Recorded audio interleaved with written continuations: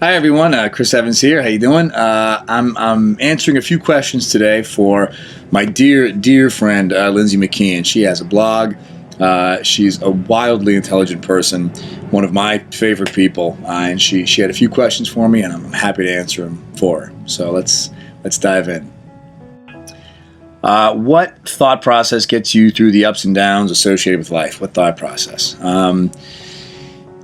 For me, it's trying to stay present. I think Lindsay, as you know, Lindsay and I met when I was 17, and we both had a very similar spiritual belief system. And mine was a little more rooted in a little bit more of a noisy brain. I had certain beliefs and desires, and I wanted to be a certain type of person, but a lot of my thoughts were kind of I guess rooted in the ego, and when I say the ego, I don't necessarily mean arrogance. I just mean the part of your brain that says I. It's the thinker, and that part of your brain is very self-serving, and it's very it lives in a world of comparisons and time, and none of these things are helpful. And it just kind of would consistently take me out of a positive place. The man I wanted to be, or the man I thought I should be, or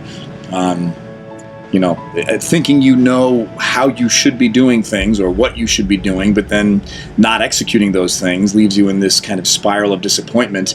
But again, all that thinking is based on time. You're basing who you are and what you think you should be on who you'll be tomorrow and who you were yesterday. And so for me, the most effective tool I've adopted is just trying to stay present.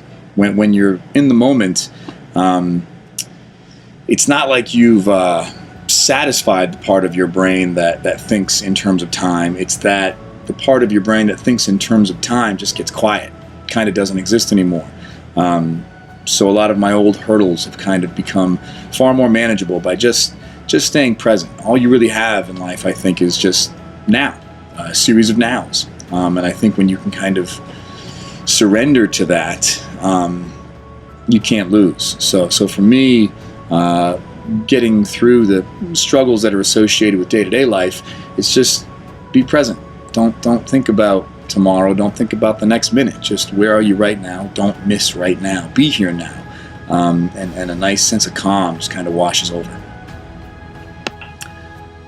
When did you start to think this way, and where do you believe the thoughts originated from? I probably started thinking this way when I was, maybe 15, 16 years old. And they say you don't really wake up from dreams, you wake up from nightmares. And not to say my childhood was a nightmare at all, by any means, but I certainly started to see a pattern, where whatever my struggles or challenges were at that age, if they were ever kind of met or satisfied, I started to see how the next day my brain found new struggles and challenges to be at odds with, and you start to realize how amazingly resilient that part of your brain is, that can just create conflict and truly be at odds with what is. And I started to worry that no matter what happened or where I went in my life, will that always be that way? What's preventing me from being truly happy or truly peaceful or present? What is the thing that's creating this conflict? And you start to realize a lot of it, when you take, it's not those individual things. Well, that girl didn't like me, or, well, that guy's smarter than me. That's not it. It's the part of your brain that is driving this machine, the I, that ego. It's a very self-serving animal.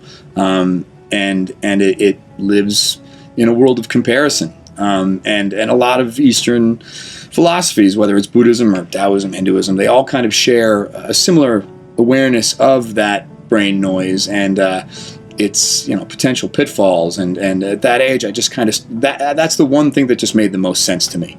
That's the one thing that I saw as it just made sense to the treadmill that I saw myself running on. That was the one thing that I said, yeah, that's exactly that's what's going on here. This is just this brain that just it's no matter what I do, it's going to find new things. Scared me, and that worried me, and that's what kind of made me want to pursue a little bit more exploration into that way of thinking. What teachings have helped you shape your journey along the way? Well, I'm a big fan of reading, big fan of Eckhart Tolle. That guy is it. The Power Now is a fantastic book. New Earth's a fantastic book. Stillness Speaks. First book I read that really turned me on to all that was Siddhartha. Siddhartha's a phenomenal book about a guy who was a Brahmin, educated man, but still felt that something was missing. Goes to the woods, even meets Buddha, decides he can't even follow Buddha. He still just kind of feels that any type of education given to him by someone else is still just going to be filtered through that kind of egoic eye. And his goal is really to try and strip away. He ends up going down a very different path, but comes out on the other side a changed man. But so those books all had a lot of impact on me. But again, I'll say anything by Eckhart Tolle. To me, that's kind of like, it's like my Bible. Any day I'm having a rough time or I can't seem to change the channel, I can pick up any one of his books and just read any chapter, and it just resonates. And it's a nice feeling to know that you're not the only one thinking this way or going through these struggles or hurdles, and it just kind of exercises that muscle and works out that part of the brain really well. What do you do or practice in order to continue your growth? It's a good question. I think the key word there is practice. I try to look at it as practice. My biggest struggle in my early 20s was believing I understood a concept or a certain philosophy that I subscribed to, but then consistently not living that way and not executing those beliefs and struggling and being depressed or disappointed in life. And I knew better, but I wasn't living that way, and that's really frustrating. And the problem is that's all just ego. That's ego sneaking in the back door. That's you kind of, the part of your brain that thinks about the story of Chris wants to see that story in a certain light, but that's just ego. That's not real either.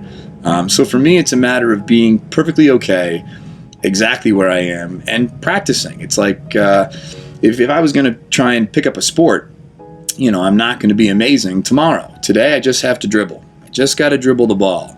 And if the ball gets away from me today, it's okay. Get it back and just dribble again. Even if it takes all of my focus and energy just to dribble this ball, maybe tomorrow it won't. And it won't be as, consuming. But it's okay to be where I am. I don't have to wake up tomorrow and be a pro. And I think that mentality has gone a long way for me in terms of just surrendering to the moment, and surrendering to where I am, and surrendering even to my failures. Your failures are okay too. I used to really be very hard on myself if I thought I wasn't accomplishing something or reaching a certain level. But be with your failures. They're just as educational and just as opening to the process as the successes. And eventually, I would hope, the notion of success and failure will begin to dilute as well. So yeah, just practice.